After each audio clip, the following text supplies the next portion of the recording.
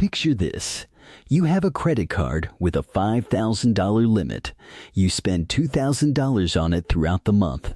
You have the money sitting right there in your bank account. The bill comes in. You pay the full balance. 0 interest. 0 late fees. You did everything right. And then 3 days later, you get a notification on your phone saying your credit score just dropped 20 points. Now, most people panic. They think something is wrong. They think their credit card company made a mistake. They think maybe identity theft happened. But most of the time, that is not a glitch. That is not fraud. That is not the system breaking. That is the credit system doing exactly what it is designed to do. And until you understand this one specific date on the calendar, this can keep happening to you every single month, even if you pay on time, even if you pay in full, even if you never miss a payment. So today, I'm going to show you why your score can drop even when you pay your credit cards correctly, the one date that actually controls what gets. Reported to the credit bureaus, the 1% rule that separates people with good credit from people with great credit, and the step-by-step process, you can.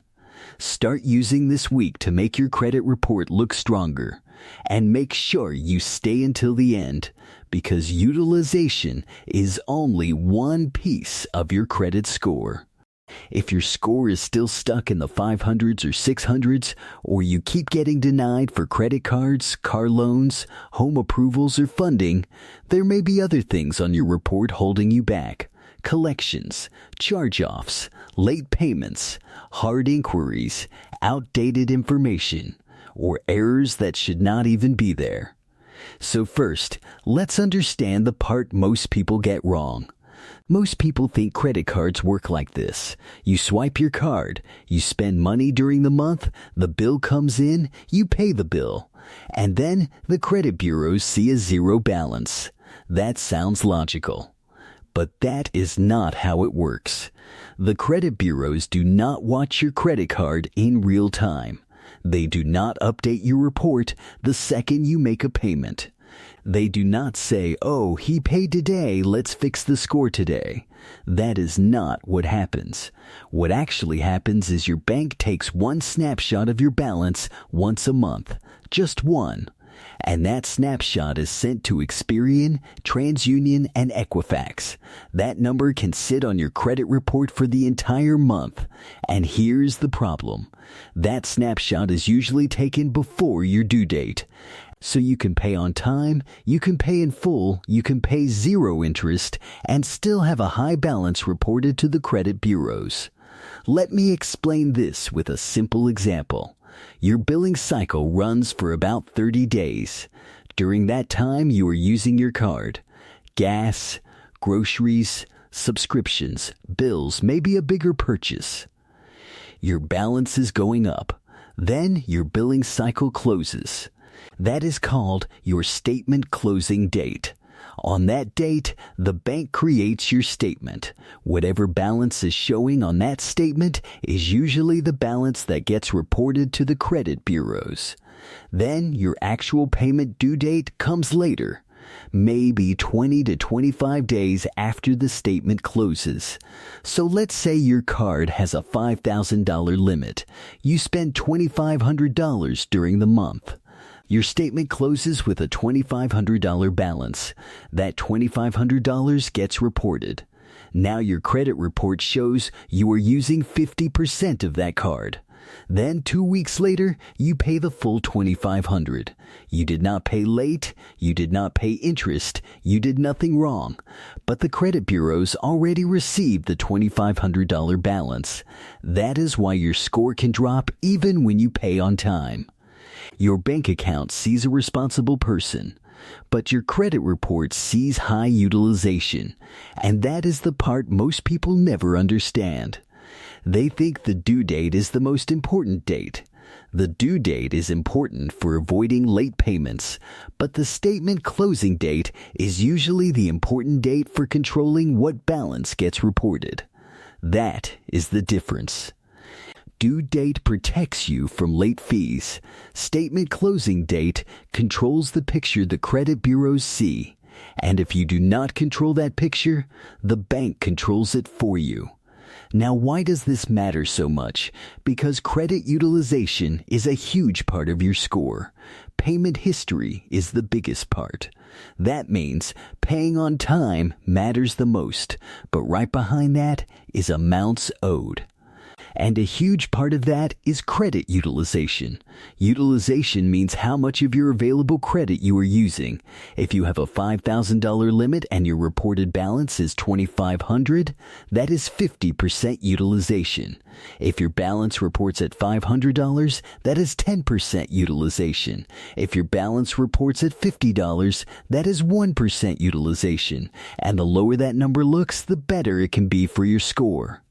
But here is what most people miss. Utilization does not only matter overall, it also matters on each individual card.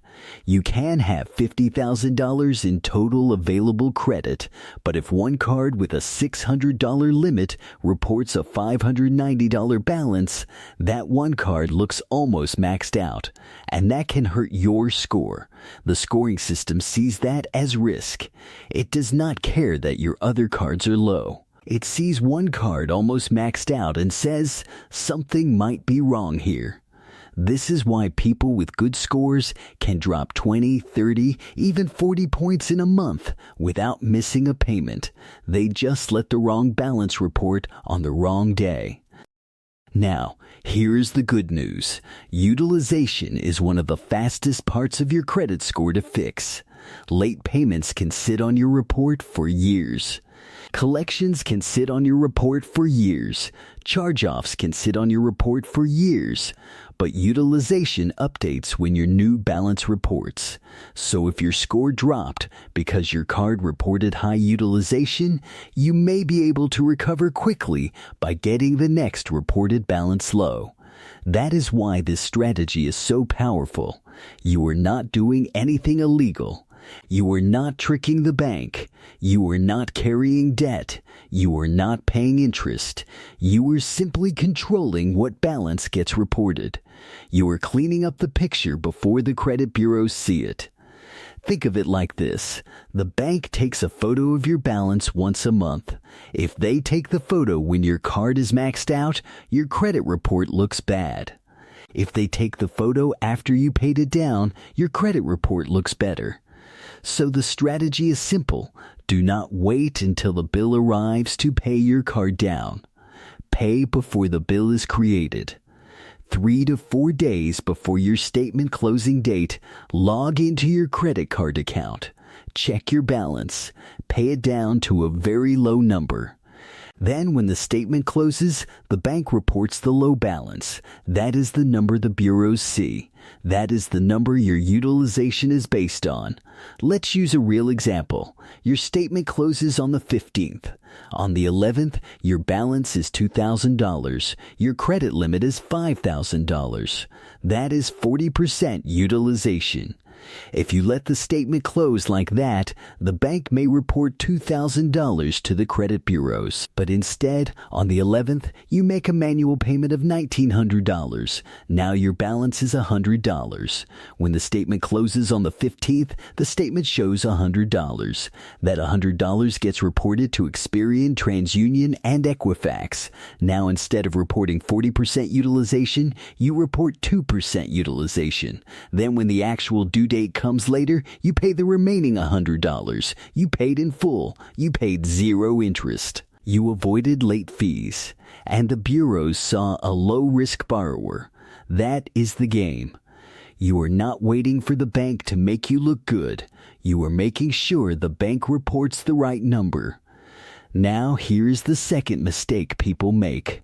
Once they learn this, they think, okay, if low utilization is good, then zero must be perfect. Not exactly. Reporting zero on every single card every single month is not always the best strategy. Because the scoring model wants to see that you are using credit responsibly. If all cards report zero every month, it may look like you are not using credit at all. That is why a lot of high-score people use what is called the all zero except one method. This is simple. If you have multiple credit cards, before the statement closes, pay all of them down to zero. But on one card, leave a tiny balance, maybe $10, maybe $15, maybe $20, something very small, usually around 1% of that card's limit. Then, after the statement closes and that small balance reports, you pay it off by the due date. This tells the system two things. Number one, you are using credit. Number two, you are using very little of it. That is the sweet spot. You look active, but not risky. You look responsible, but not overextended. And that is exactly what banks want to see. Now, do not confuse this with carrying a balance. Carrying a balance means you let debt roll over and pay interest. That is not what I am telling you to do. I am talking about reporting a small balance, then paying it off before the due date. There is a big difference. You do not need to pay interest to build credit. You need to report smart usage and pay on time. Now let's go step by step. Step 1. Find your statement closing date. This is not the same as your due date. Your due date is easy to find because banks want you to pay on time. But your statement closing date may be hidden inside the Statements tab. Open your credit card app. Go to your past statement. Look for words like statement closing date, billing cycle end date, or cycle closing date. Write that date down for every card you have. Step 2. Set a reminder 2 to 3 days before the closing date. If your card closes on the 15th, set your reminder for the 12th or 13th. Do not wait until the last day. Payments can take time to post. If you pay too late, the bank may still report the old balance, so give yourself a buffer. Step 3. Make a manual payment before the statement closes. Do not rely only on autopay for this step. Autopay is good for avoiding late payments, but autopay usually happens after the statement closes. That means autopay protects you from late fees, but it does not always help you control what gets reported. So manually pay the card down before the statement closes. Decide what balance you want the bureaus to see. If you are using the 1% rule, leave around 1%. If you want one card to report small and the others to report zero, use the all zero except one method. Step 4. Pay the remaining balance by the due date. After your statement closes, you may have a small balance showing. Do not forget about it. Pay that balance before the due date, even if it is only $10, because one missed payment can do more damage than high utilization. Never risk a late payment trying to play the credit game. Payment history always comes first. Step 5. Do not max out the card and keep paying it down over and over in the same month. This is called credit cycling. That means you hit your limit, pay it down, then hit the limit again, then pay it down again, and keep doing that. Some banks do not like that. It can trigger reviews. It can make your account look risky. And in some cases, the bank can freeze or close your card. So if you constantly need to use more than your limit, the better move may be to request a credit limit increase, but only do that when your credit profile is ready. Because if your credit is damaged and you have collections, charge-offs, late payments, high utilization, or too many hard inquiries, a credit limit increase request may not go the way you want. This is where CreditRepair comes in. Because this 1% strategy is powerful, but it only fixes one part of the score. If your score is low because of high utilization, this can help quickly. But if your score is low because you have negative accounts, then utilization alone will not solve the whole problem. If your report has collections, you need to review those collections. Are they accurate? Are they yours? Are the dates correct? Is the balance correct? Is the collection duplicated? Can the collector verify the account properly?